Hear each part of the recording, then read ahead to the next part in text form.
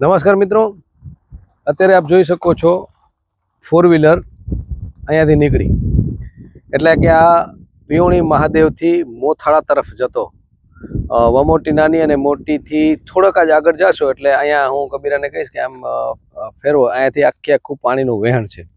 વરસાદ પડતો હશે ત્યારે અહીંયા મને લાગે છે કે એની હાઈટ કબીરાને કહીશ કે નીચે આમ બેસી જાય તો ખ્યાલ પડશે કે આમ બરાબર કેટલી હાઈટ ઉપર છે આખું બંને બાજુએ વચ્ચે. એટલે આ જગ્યા ઉપર જો પાણી ભરાતું હશે તો તમે વાહન વ્યવહાર જે છે તમારા ચોક્કસ જે છે એ અટકાઈ જાય. કે પાણીનું વહેણ હોય એટલે ખાડા પણ હોય.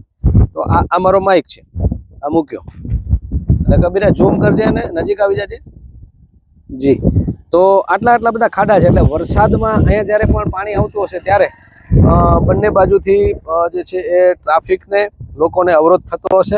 પાપડી શબ્દ હું જ્યારે પણ જોઉં એટલે મને યાદ આવી જાય પુરુષોત્તમભાઈ રૂપાલા, મને યાદ આવી જાય નખત્રાણાનો જે છે એ મનજી બાપાનો ડેલો, મને યાદ આવી જાય પ્રદ્યુમનસિંહ જાડેજા, મને યાદ આવી જાય છબીલભાઈ પટેલ. હવે તમે મને એમ કહેશો કે આવડું બધું કેમ યાદ આવી જાય? તો એ યાદ આવવાનું કારણ એ છે મિત્રો, તો અત્યારે આ પાપડી તમે જોઈ શકો છો બરાબર. જો ખાડો, અહીંયા ખાડો પણ ઘણો બધો છે. લાકડીઓ તો હું નાખું તમને ખ્યાલ પડશે કે જી જોઈ શકો છો કેટલો ખાડો છે, આટલો ખાડો. તો આવી જગ્યાએ બધી જગ્યાએ પાણી ભરાણા છે. તો મૂળ વાત એ છે કે પુરુષોત્તમભાઈ રૂપાલા જ્યારે છબીલભાઈ પટેલ ભાજપમાં હતા, પ્રદ્યુમનસિંહ જાડેજા કોંગ્રેસમાં હતા, તો છબીલભાઈ પટેલના પ્રચાર માટે પુરુષોત્તમભાઈ રૂપાલા આવેલા મનજી બાપાના ડેલામાં નખત્રાણામાં. અને એ નખત્રાણાની વાત મને અત્યારે અહીંયા અબડાસામાં યાદ આવી, મને અત્યારે પિયોણી મહાદેવ અને મોથાળાની વચ્ચે યાદ આવી. એનું કારણ છે આ પાપડીને જોઈને. પુરુષોત્તમભાઈ રૂપાલા એમ કહ્યું હતું કે હવે અમારી સરકાર ગુજરાતમાં તમામ વિસ્તારને પાપડીથી મુક્ત કરશે.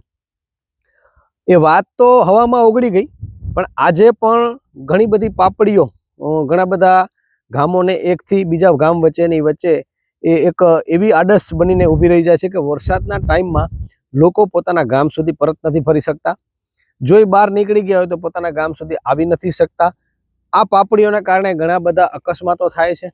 અને જોવો છો અહીંયા તમે રિક્ષા નીકળશે એટલે અહીંયાથી તમે જોજો કઈ રીતે નીકળે છે, કારણ કે સતત પાણીનું વહેણ છે. એટલે આ વહેણના કારણે અહીંયા ઘણા બધા પાણી ભરાવાના કારણે આ પાછું ગમે એટલું તમે પાછું રસ્તો બનાવશો, કોન્ક્રીટ વર્ક કરશો એટલે એ પાણીના કારણે તૂટવાનું જ છે. તો મૂળ જરૂર છે પાપડી મુક્ત કરવાની વાત.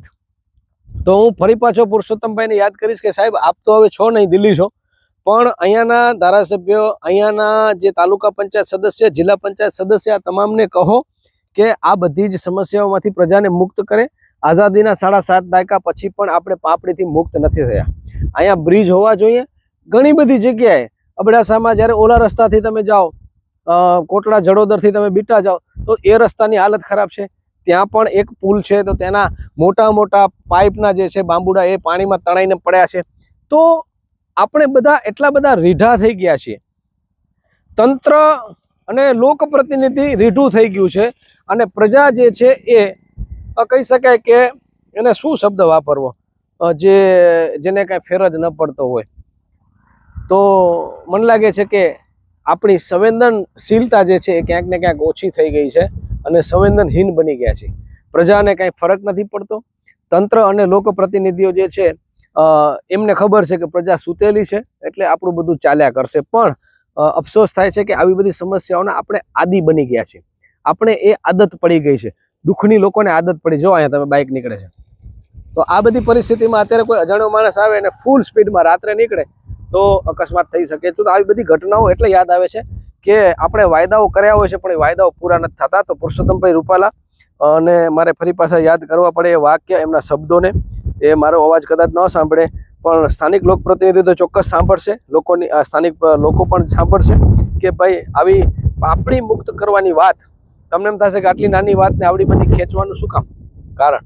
તો મિત્રો એટલે અમે ખેંચીએ છીએ કે કારણ કે હવે આપણે નાના શબ્દો અસર નથી કરતા, આપણે નાની વાત અસર નથી કરતી. કહી શકાય કે ગાંધીજીની જે અહિંસાની વાત હતી, એ લડત જે છે એ શહીદ ભગતસિંહની વિચારધારા અલગ હતી. એમણે કહ્યું કે અવાજ કરો તો કંઈક અંગ્રેજોના કાને કંઈક સંભળાશે. તો હવે એમ થાય છે કે અવાજ કેવી રીતે કરવો? આવેદનપત્ર કરીને અવાજ કરવો, ન્યૂઝના અહેવાલોથી, સમાચારોથી અવાજ કરવો, ધરણા કરીને અવાજ કરવો, કઈ રીતે અવાજ કરવો? આ સરકાર સુધી આવી વાતો શા માટે નથી પહોંચતી? ત્યારે એ પ્રશ્ન ચોક્કસ થાય. મિત્રો, વધુ તો કાંઈ નહીં, પણ હવે અમને એમ આશા રાખીએ કે નેક્સ્ટ ટાઈમ જ્યારે અહીંયાથી નીકળીએ વરસાદ પહેલા આ પાપડીથી મુક્ત આ વિસ્તાર બને, કારણ કે આવા ઘણા બધા વિસ્તારો છે. શરૂઆત તો કરો સાહેબ, 70 વર્ષ એટલે મોટો ગાળો છે, અને છેલ્લા 3 દાયકાથી ગુજરાતમાં ભારતીય જનતા પાર્ટીની સરકાર છે. 2014થી કેન્દ્રમાં ભારતીય જનતા પાર્ટીની સરકાર છે. સરપંચથી સંસદ સુધીની આખી ટીમ છે. ત્યારે ચોક્કસ આશા રાખી શકાય કે આપણે હવે નાના મોટા જે સમસ્યાઓમાંથી આપણે શરૂઆત તો કરીએ. આવડો બધો વિસ્તાર છે, કેમ કામ કરશું એવી વાતોને મૂકીએ, આપણે એક એક કામની શરૂઆત કરીએ. કે આજે આપણે આ પાપડીથી શરૂઆત કરી, આપણે આજે આરોગ્યની વાત કરી, આજે આપણે હોસ્પિટલની વાત કરીએ. આમ નાની નાની વાતની શરૂઆત કરશું તો મને લાગે છે ચોક્કસ પરિણામ આવશે. અને આ અહેવાલને લાંબો કરવાનું બીજું કોઈ કારણ નહોતું, પણ આ પીડા જ્યારે આવે ત્યારે ઘણા બધા શબ્દો હોય છે, પણ કહેવાનો સમય મારી પાસે ઓછો હોય છે. જો આપ આ બાબતે કંઈક કહેવા માંગતા હો તો નીચે ચોક્કસ કમેન્ટ્સમાં તમારા પ્રતિભાવ જણાવશો. પંકજ કબીરા સાથે જયમલસિંહ જાડેજા. રૂપાલા સાહેબના શબ્દોને યાદ આવેલી આ પાપડી, પિયોણી મહાદેવથી મોથાળા વચ્ચેનો વિસ્તાર, અબડાસા, કચ્છ, ગુજરાત.